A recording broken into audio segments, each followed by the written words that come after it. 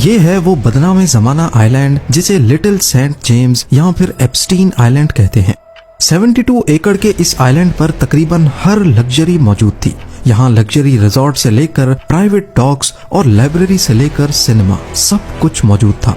दुनिया की बड़ी शख्सियात का इस आइलैंड पर आना जाना लगा रहता था। पर सच ये है कि यहाँ पार्टीज और वेकेशन की आड़ में कम उम्र बच्चों का गैर मुनासिब इस्तेमाल होता था। रिपोर्ट्स हैं कि इसी आइलैंड पर कुछ अंडरग्राउंड टनल्स भी बने थे। कहा जाता है कि यहाँ इन टनल्स को एक खास मकसद के तहत बनाया गया था। यहाँ तो आइलैंड का स्टाफ इन्हें एक जगह से दूसरी जगह जाने के लिए इस्तेमाल करता ताकि ऊपर मेहमानों पर उनकी नजर ना पड़े, या फिर ये एलीट मेहमानों के लिए ही एक एस्केप रूट था। जिन लोगों को इस अड्डे से तकलीफ थी वो थी कम उम्र लड़कियां और उनके पेरेंट्स। पर इन ताकतवर लोगों का नाम सुनते ही किसी की भी इनके खिलाफ जाने की हिम्मत नहीं हुई, कम से कम कई सालों तक तो नहीं। लेकिन फिर मार्च 2005 में इस सारी कहानी से तब पर्दा उठा जब कोर्टनी वाइल्ड नाम की एक लड़की ने बहादुरी का मुजाहरा करते हुए फ्लोरिडा के पाम बीच पुलिस स्टेशन में जेफरी एप्स्टीन के खिलाफ पहली रिपोर्ट दर्ज करवाई। इस केस में पुलिस, FBI और दूसरी इन्वेस्टिगेशन एजेंसीज को जो जो सबूत मिले उसने सबके रोंगटे खड़े कर दिए। एविडेंस में शामिल थे अहम शख्सियात के नाम, उनकी नामुनासिब तस्वीरें और एप्स्टीन आइलैंड तक जाने का फ्लाइट लॉग। इन तमाम सबूतों को कोर्ट में पेश किया गया और इन्हीं डॉक्यूमेंट्स को एप्स्टीन फाइल्स कहा जाता है। पर सवाल ये है कि कौन था जेफरी एप्स्टीन, उसके पास इतना पैसा आया कहां से और वो मशहूर तरीन लोगों से कनेक्शंस बनाने में कैसे कामयाब हुआ। सीक्रेट आइलैंड पर सीक्रेट टनल्स के अलावा FBI को और क्या कुछ मिला, और सबसे बढ़कर इतने सिक्योर्ड जेल में जब जेफरी की मौत हुई उस रात CCTV कैमरास का खराब होना कोई इत्तेफाक था या फिर इसके पीछे भी किसी बड़ी ताकत का हाथ था। ज़ेम TV की वीडियोस में एक बार फिर से खुशामदीद। नाजरीन, एक मामूली मैथ टीचर जो देखते ही देखते दुनिया का सबसे पुरअसरार अमीर शख्स बन गया। जेफरी एप्स्टीन ने 1970s में डेल्टन स्कूल से शुरुआत की, लेकिन उसका असली ठिकाना वॉल स्ट्रीट था। उसने विक्टोरिया सीक्रेट के मालिक लेस्ली वेक्सनर जैसे बिलियनियर्स का भरोसा जीता और उनका पैसा मैनेज करने लगा। करोड़ों डॉलर्स का कमीशन और एलीट क्लास से दोस्ती। एप्स्टीन ने न्यूयॉर्क से लेकर फ्लोरिडा तक आलीशान बंगलों की सल्तनत खड़ी कर दी। लेकिन इस चमकती दुनिया के पीछे एक तारीक राज छुपा था। एप्स्टीन अपने पावर और पैसे के जोर पर मासूम और कम उम्र लड़कियों का शिकार करता था। ये कहानी है एक ऐसे शख्स की जो दुनिया के लिए एक बिलियनियर था, लेकिन हकीकत में एक भयानक मुजरिम। मैनहट्टन का सबसे बड़ा प्राइवेट महल, न्यू मैक्सिको का 7,500 एकड़ का रेंच और पेरिस में लग्जरी अपार्टमेंट्स। एप्स्टीन की शाही जिंदगी किसी ख्वाब से कम नहीं थी, लेकिन उसकी असली सल्तनत कैरेबियन में वाक़े 72 एकड़ का जजीरा था, लिटिल सेंट जेम्स, जिसे हम एप्स्टीन आइलैंड भी कहते हैं। यहाँ पहुँचने के लिए एप्स्टीन अपना प्राइवेट जेट इस्तेमाल करता, जिसे मीडिया ने लोलिता एक्सप्रेस का नाम दिया। पर आखिर इस आइलैंड पर होता क्या था? दावे किए गए हैं कि इस आइलैंड पर दुनिया के बड़े नामी गिरामी शख्स मेहमान बनते थे और यहाँ अंडर एज लड़कियों को टारगेट किया जाता था। एप्स्टीन की दुनिया में सिर्फ पैसा नहीं, दुनिया के ताकतवर तरीन चेहरे भी शामिल थे। बिल क्लिंटन ने एप्स्टीन के प्राइवेट जेट पर 26 मरतबा सफर किया, जिनमें इंटरनेशनल टूर्स भी शामिल थे। डोनाल्ड ट्रंप भी 90s में एप्स्टीन के पड़ोसी और दोस्त थे, लेकिन बाद में दोनों में दुश्मनी हो गई। ट्रंप ने दावा किया कि उन्होंने हमेशा एप्स्टीन के आइलैंड जाने से इनकार किया था, लेकिन सबसे बड़ा झटका ब्रिटिश रॉयल फैमिली को लगा। प्रिंस एंड्रयू पर इल्जाम था कि उन्होंने 17 साल की वर्जीनिया जूफ्री को एप्स्टीन के कहने पर अब्यूज किया। वर्जीनिया की प्रिंस एंड्रयू के साथ वो मशहूर तस्वीर दुनिया भर में वायरल भी हुई। इसका अंजाम ये हुआ कि प्रिंस एंड्रयू को अपनी रॉयल ड्यूटीज छोड़नी पड़ गईं। $16 मिलियन का सेटलमेंट करना पड़ा और अक्टूबर 2025 में उनसे प्रिंस का लक़ब भी छीन लिया गया। बिल गेट्स से लेकर हॉलीवुड स्टार्स तक हर कोई एप्स्टीन के सोशल सर्कल में था। FBI को एप्स्टीन के घर से ढेरों CDs और फोटोज मिली, जिससे ये भयानक शक पैदा हुआ कि वो इन बड़े लोगों को ब्लैकमेल करता था। हालांकि कानून को अब तक कोई क्लाइंट लिस्ट नहीं मिली, लेकिन एप्स्टीन के ये ताल्लुकात आज भी दुनिया के लिए एक उलझी हुई पहेली है। एप्स्टीन के गुनाहों का भांडा सबसे पहले 2005 में फूटा, जब फ्लोरिडा की कोर्टनी वाइल्ड नामी लड़की ने हिम्मत दिखाई और पाम बीच पुलिस को एप्स्टीन के खिलाफ बयान दिए। पुलिस इन्वेस्टिगेशन ने दुनिया को हिला कर रख दिया। पता चला कि एप्स्टीन एक दो नहीं बल्कि दर्जनों अंडर एज लड़कियों का शिकार कर रहा था। और यहीं से शुरू होता है दुनिया की जुडिशल तारीख का सबसे बड़ा मजाक। 2008 में जब एप्स्टीन को उम्र भर के लिए जेल जाना चाहिए था, तब एक सीक्रेट डील तैयार की गई। यूएस अटॉर्नी अलेक्जेंडर एकोस्टा और एप्स्टीन के महंगे वकीलों ने मिलकर विक्टिम्स को अंधेरे में रखा और एक ऐसा समझौता किया जिसने एप्स्टीन को बचा लिया। नतीजा, एप्स्टीन को सिर्फ 18 महीने की सजा हुई और हैरत की बात ये कि उसे जेल में भी वीआईपी ट्रीटमेंट मिला।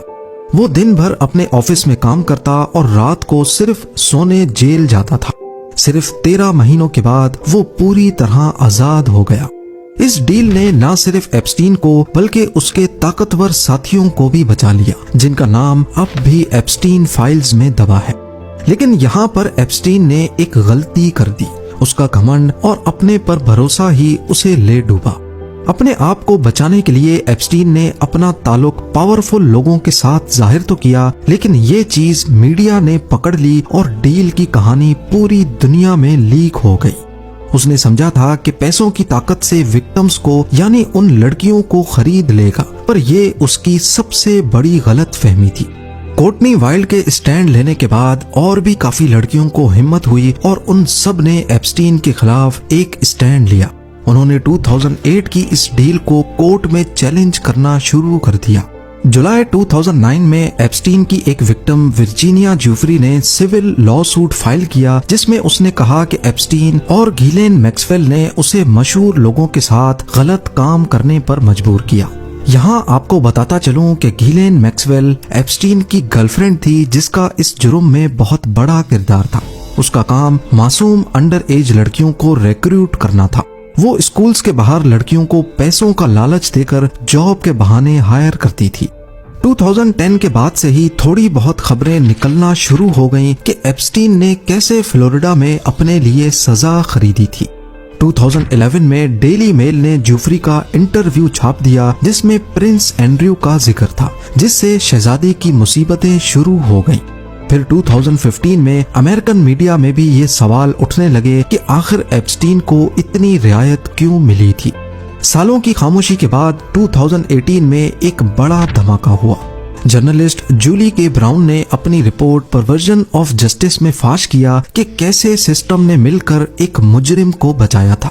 इस रिपोर्ट ने अमेरिका में जैसे आग सी लगा दी। इस रिपोर्ट के चलते 6 जुलाई 2019 को जेफरी एप्स्टीन को दोबारा गिरफ्तार कर लिया गया। इस बार कोई सीक्रेट डील काम ना आई। अदालत ने उसे बेल देने से इनकार कर दिया और इस पॉइंट पर दुनिया के ताकतवर लोग डर रहे थे कि एप्स्टीन अब एक एक करके सबके नाम उगलेगा। लेकिन ट्रायल शुरू होने से पहले ही दुनिया को हिला देने वाली खबर आई।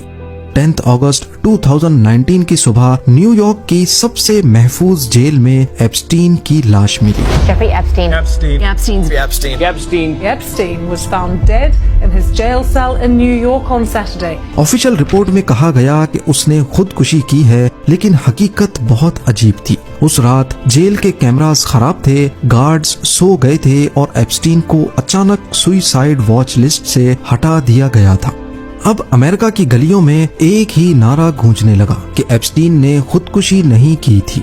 लोगों का मानना है कि उसे खामोश करवाया गया ताकि दुनिया के बड़े नामों के राज हमेशा के लिए दफन हो जाएं। हालांकि कानून ने इसे सुसाइड ही कहा, मगर आज भी ये दुनिया की सबसे बड़ी पहेली है। एप्स्टीन की मौत के बाद नजरें उसकी सबसे करीबी साथी घिलेन मैक्सवेल पर टिक गईं। मैक्सवेल, जो एक मशहूर British media tycoon Robert Maxwell की बेटी है, को एप्स्टीन की मैडम कहते थे। वो ही एप्स्टीन के लिए नौजवान लड़कियों को ढूंढने, फंसाने और उन्हें ट्रेन करने में मदद करती थी। एप्स्टीन के गुजर जाने के बावजूद FBI ने अपनी तफ्तीश जारी रखी और 2 जुलाई 2020 वाले दिन घिलेन मैक्सवेल को न्यू हैम्पशायर के एक दूर दराज फार्म हाउस से गिरफ्तार कर लिया।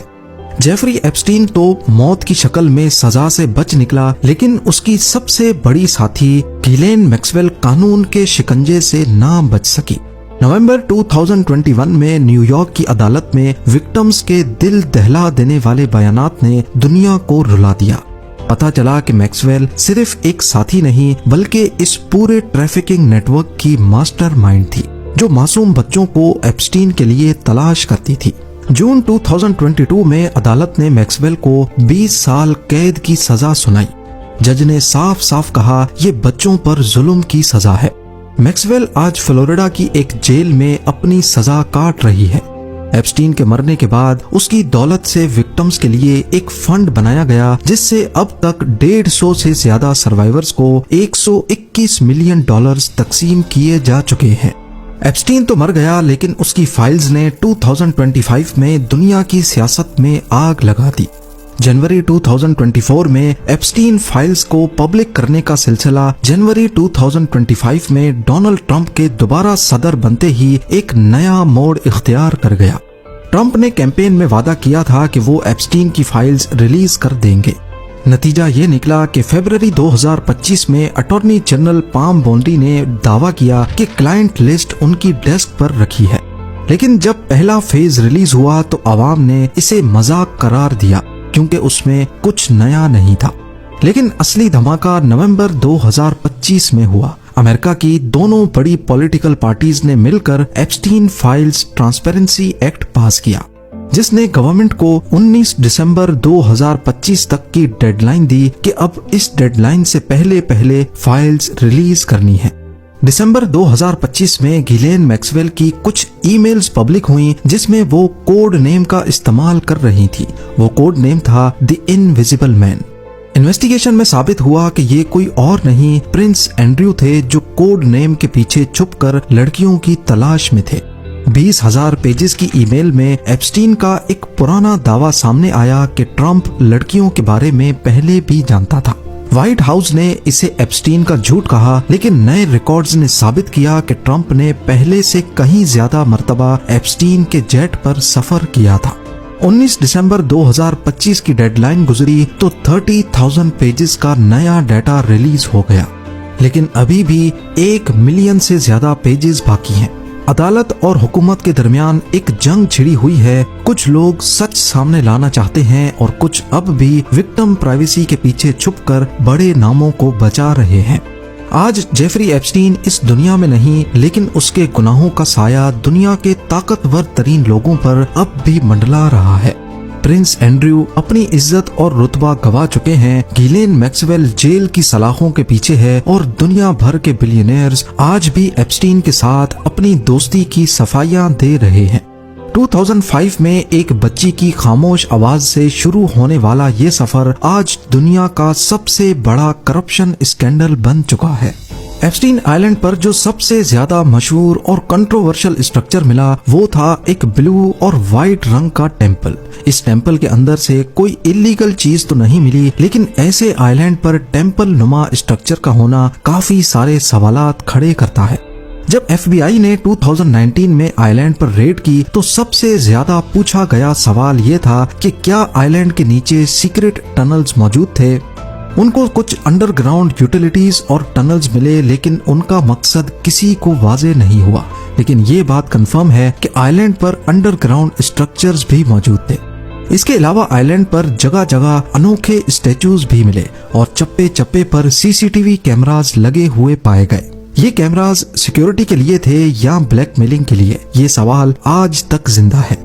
एक हेलीपैड जिस पर एक स्ट्रेंज चेहरा बना हुआ है। सैटेलाइट इमेज में देखा जाए तो यहाँ पाम ट्री से घिरा हुआ एक रिजॉर्ट भी बना है, जो हेलीपैड और प्राइवेट डॉक के साथ कनेक्टेड है। रेड के दौरान कुछ गैर मामूली मेडिसिन भी पाई गई। इनमें हार्मोनल मेडिसिन ने सबसे ज्यादा सवाल उठाए। ये कंफर्म नहीं है कि इनका मकसद क्या था, लेकिन एक नॉर्मली प्राइवेट आइलैंड पर हार्मोनल मेडिसिन का होना काफी सवालात खड़े करता है। एप्स्टीन अगर जिंदा होता तो इन सारे सीक्रेट से पर्दा उठ चुका होता। यही वजह थी कि शायद उसे सुसाइड करने पर मजबूर किया गया और शायद इसी वजह से सबकी नजरें एप्स्टीन फाइल्स पर जमी हैं। एप्स्टीन फाइल्स अभी मजीद खुलेंगी, नए नाम बेनिकाब होंगे और शायद कुछ नए चेहरे जेल की राह देखेंगे। जेफरी एप्स्टीन की कहानी हमें बताती है कि पैसा और पावर जुर्म को छुपा तो सकता है लेकिन मिटा नहीं सकता। कुदरत की लाठी बेआवाज जरूर है, लेकिन जब पड़ती है तो बड़े बड़े तकब्बुर के मीनार मिट्टी में मिल जाते हैं। उम्मीद है जेम टीवी की ये वीडियो भी आप लोग भरपूर लाइक और शेयर करेंगे। आप लोगों के प्यार भरे कमेंट्स का बेहद शुक्रिया। मिलते हैं अगली शानदार वीडियो में।